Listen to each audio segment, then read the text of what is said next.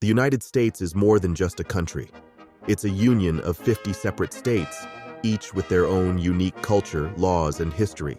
Consequently, there's a wealth of strange, little-known facts about each state that may surprise you, or would that be a commonwealth? So today, we're looking at some strange historical facts about U.S. states. Before we get started, be sure to subscribe to Trust Tested channel. After that, leave a comment and let us know what other countries you'd like to hear about. Okay, let's go. In September of 1928, Dr. Alexander Fleming discovered penicillin. Unfortunately, Fleming's strand of miracle mold, Penicillium notatum, was impossible to produce in the quantities needed for widespread use. So for over a decade, Oxford-based scientists Howard Florey and Norman Heatley experimented with differing mold growing and harvesting techniques, and hopefully got out of the lab once in a while too. As the UK entered World War II, the researchers traveled to the US to continue their experimentation. In the summer of 1941, lab assistant Mary Hunt entered their Illinois research facility with a cantaloupe she found in a nearby grocery store covered in a pretty golden mold.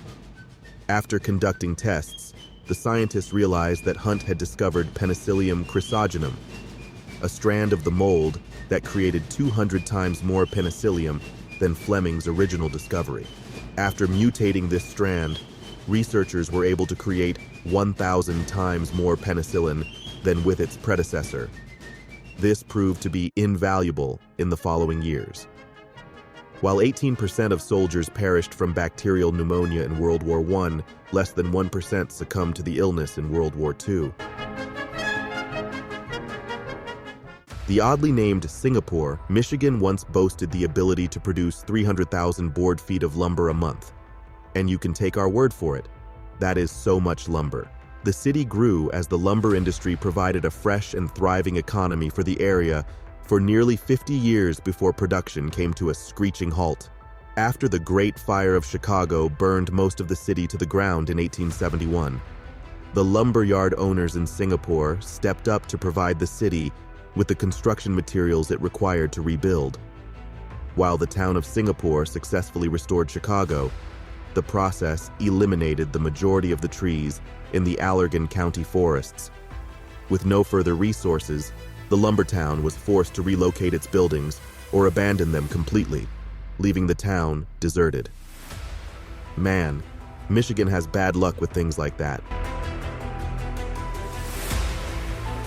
At somewhere between 260 million and 325 million years old, North Carolina's French Broad River is one of the oldest rivers in the world.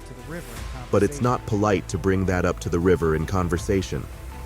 Beginning in Roseman, the river flows independently for almost 220 miles before flowing into the Holston River in Tennessee. However, unlike most rivers which flow southward, the French Broad River moves on a northern path because it's apparently some kind of upstart nonconformist waterway. The streaming water joins the Tennessee, Ohio, and Mississippi rivers to create a river system that spans 4,000 miles before being distributed into the waters of the Gulf of Mexico. And you know all those free-thinking rivers had gruff dads played by 90s character actors who just didn't understand. On June 20th, 1782, the bald eagle was selected by Congress to be the symbol of the United States, narrowly edging out that picture of dogs playing poker. Soon after, the predatory bird's likeness was spread throughout the fledgling country's branding, printed on documents, carved into buildings, and stamped on currency.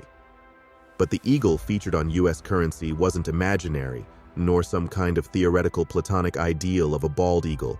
It was actually created in the likeness of Pete, the mint eagle, a bald eagle that took residence in America's mint in the 1830s and probably got $0 and/or birdseed for the use of his image. Where is a bird lawyer when you need one? No money. Historians are unsure of whether Pete the Mint Eagle became the mascot by living near the first mint that ran until 1833, or if he resided in the larger second mint established years later. But they do know he was so comfortable with his living conditions that the workers allowed him to hang out around the coining presses. That sounds cute, but it was actually a terrible idea for all the reasons having a loose bird in your factory would be. One of his wings got caught in a moving press, hindering his ability to fly and search for food, and then he tragically passed away. Man, where is that bird lawyer we asked for? Unwilling to part with their beloved mascot, the Philadelphia mint workers had Pete's body taxidermied and placed in an honorary space of the factory where he remains to this day. Air Force Colonel Howard Richardson was participating in a routine flight training mission in 1958 off the coast of Savannah, Georgia, when he realized he was about to hit another plane. In a flash, Richardson made the decision to drop the 7,000-pound nuclear bomb. His B-47 carried to hopefully prevent a national catastrophe. As the weapon of mass destruction plummeted toward the sea, the planes collided. The accident resulted in extensive damage to both planes, but the crews miraculously escaped unharmed. Meanwhile, the nuclear bomb was nowhere to be found. After 2 months of searching for the weapon, the U.S. Navy called off efforts, believing that while the location of the bomb was uncertain, it was better left in its watery grave undisturbed. A 2001 report of the incident agreed, suggesting a recovery attempt would risk setting off the bomb. In 2004, a retired Air Force pilot detected what he believed to be an unusual amount of radiation emitting from an area of the sea. But government officials, presumably inspired by the mayor from Jaws, assured the public that there was nothing to worry about, claiming the discovery was the result of naturally radiating minerals found in the region. On April 23, 1982, Key West Mayor Dennis Wardlow announced that the Florida Keys were seceding from the Union and declared war against the U.S. That's pretty bonkers even for Florida. Here's why it happened. 5 days earlier, the federal government had established a checkpoint on the southern tip of Florida to perform illegal immigrant and drug searches. When potential visitors began canceling their trips to the Keys because of the reportedly long wait times at the inspection post, Wardlow felt retaliation was necessary. In a move that would immortalize him in the Impulse Control Hall of Fame, the mayor announced that the government checkpoint constituted a foreign border and that the Florida Keys were seceding from the Union. Wardlow announced he was now the prime minister and renamed the island chain the Conch Republic. Weird. We figured a guy like that would have gone for a Jimmy Buffett lyric.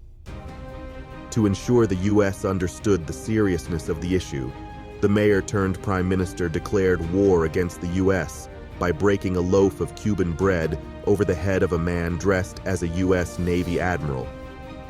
Wardlow then ended the protest by surrendering to the uniformed man and requesting that the government send $1 billion in aid. The federal government never sent that money, but they did immediately halt its inspections, ensuring the Conch Republic remained a geopolitical power player in the years to come. To counter the expense of rising dairy costs in 1869, inventors created oleomargarine, a fake butter that promised to provide the same quality, texture, and consistency of butter without the higher price tag. This infuriated dairy farmers and butter lovers throughout the U.S., and they would turn out to be a surprisingly petty bunch. In an attempt to skirt the sales of the invented butter substitute, the 1886 Margarine Act was instituted, requiring harsh tariffs on the manufacturers. Some states even banned the product completely, making it illegal to be sold in stores. But in New Hampshire, delegates instituted a law stating that all margarine had to be dyed pink to ensure potential buyers understood that they were purchasing a chemically induced fake product and not real butter. If that seems a little over the top to you, don't worry. The Supreme Court felt the same way and struck the law down in 1898. And yet somehow, pink lemonade keeps slipping through the cracks. 311 is a rock reggae group from Nebraska, known for tunes like Amber, Down, and Beautiful Disaster. And while the band and its fans started celebrating 301 Day on the apt date March 11th, the numbers weren't the initial inspiration for the group's name. Instead, the group borrowed the numbers from the Omaha Nebraska Police Department, where officers used 311 to identify indecent exposure reports. The band was inspired after their original guitarist, Jim Watson, was caught streaking in their hometown. In the U.S., most prisons are run by the state, but the amount of designated funding is drastically different in each state. For example, Mississippi has the most prisoners incarcerated per prison and spends roughly $18,000 per year on each prisoner. Meanwhile, Wyoming spends much more, around $130,000 per prisoner. Various elements contribute to these discrepancies, as most of the funding is awarded to the correctional officers' pay and benefits, the upkeep of each prison, and the programs and resources they provide, like rehabilitation centers and juvenile justice initiatives. But the point is, if you're going to go to prison, you'll probably want to do it in Wyoming rather than Mississippi. In the early 1850s, Senator Jefferson Davis, who later became both the president of the Confederacy and the namesake of Boss J.D. Hogg from the Dukes of Hazzard, began endorsing the concept of camel travel for the southwestern states. His theory was simple. As the U.S. expanded, people needed a trusted way to transfer their goods. Therefore, camels? Please keep in mind it was the 1850s, so Jeff had seen trains by then. Unfortunately for Davis, the rest of the Senate didn't share his vision. Undeterred, he continued to promote his theory until he was named Secretary of War under President Franklin Pierce. Equipped with his new title, he slyly added a $30,000 camel allotment to a bill intended for bridge repair in Illinois in 1855. And in 1856, Texas became the home state of 75 camels. Until the Civil War, the camels successfully completed multiple long-journey expeditions. But after the Civil War, most of Jefferson Davis's policies were eliminated, along with the Confederacy. So what do you think? Which of these stately facts surprised you the most? Let us know in the comments below.